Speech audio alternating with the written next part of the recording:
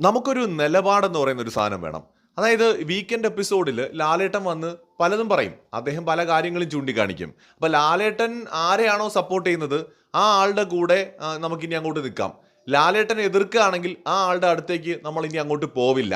അല്ലെങ്കിൽ ലാലേട്ടൻ സപ്പോർട്ട് ചെയ്യുന്ന ആളുടെ കൂടെ ഫ്രണ്ട്ഷിപ്പ് ഉണ്ടാക്കാം. ലാലേട്ടൻ എതിർക്കുന്ന ആളുടെ കൂടെയുള്ള ഫ്രണ്ട്ഷിപ്പ് അവസാനിപ്പിക്കാം.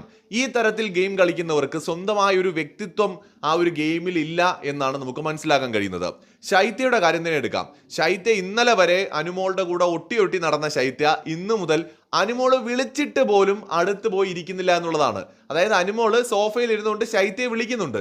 ശൈത്യ മൈൻഡ് പോലും ചെയ്യുന്നില്ല എന്ന് മാത്രമല്ല, നേരെ പോകുന്നത് അക്ബർ ഗ്യാങ്ങിന്റെ അടുത്തേക്കാണ് എന്നതും കാണാൻ കഴിയും. അതായത് ശൈത്യ ഇന്നലത്തെ വീക്കെൻഡ് എപ്പിസോഡോടുകൂടി മറുകണ്ഠം ചാടിയിരിക്കുകയാണ്. അനുമോൾ പുറത്ത് നെഗറ്റീവായി കാണുമെന്നും അതുകൊണ്ട് തന്നെ മറുഭാഗത്തേക്ക് പോകുന്നതായിരിക്കും നല്ലതെന്നും ശൈത്യയ്ക്ക് തോന്നി തുടങ്ങിയിരിക്കുകയാണ്. അതാണ് നമ്മൾ ലൈവിൽ കാണുന്നത്. എന്തായാലും ശൈത്യയുടെ ഗെയിമിനെ അത് വളരെ മോശമായിട്ടേ ബാധിക്കുമെന്നാണ് എനിക്ക് തോന്നുന്നത്. ബിഗ് ബോസിനകത്ത് ഒന്നുകിൽ സൗഹൃദങ്ങൾ ഉണ്ടാക്കരുത്, ഉണ്ടാക്കാൻ പോയാൽ അതിൽ കുറച്ചൊക്കെ നമ്മൾ എത്തിക്സും മര്യാദകളും ഒക്കെ കാണിക്കേണ്ടതാണ്. അല്ലാത്ത പക്ഷം പ്രേക്ഷകർ ജഡ്ജ് ചെയ്യും. പ്രേക്ഷകരാണല്ലോ ആത്യന്തികമായിട്ട് ഇതിൽ ആരാണ് നിൽക്കേണ്ടത് പോകേണ്ടതെന്നൊക്കെ തീരുമാനിക്കുന്നത്. ശൈത്യ ഗെയിമിലേക്ക് ഇറങ്ങി വരണമെന്ന് സത്യത്തിൽ ആഗ്രഹിച്ചിരുന്നു. പക്ഷേ ഇത് നെഗറ്റീവ് ഗെയിം പോലുമല്ല, കൂടെ നിന്ന് കാല് വാരിയ ഒരു ഗെയിമായി പോയി. ഇന്നലെ വരെ ശൈത്യ എന്തൊക്കെയാണ് ജിസേലിനെ കുറിച്ചും അല്ലെങ്കിൽ അക്ബർ ഗ്യാങ്ങിനെ കുറിച്ചും പറഞ്ഞത് എന്ന് നമ്മളൊക്കെ നമ്മുടെ ഈ ചെവി കൊണ്ട് കേൾക്കുകയും കണ്ണുകൊണ്ട് കാണുകയും ചെയ്തതാണ്.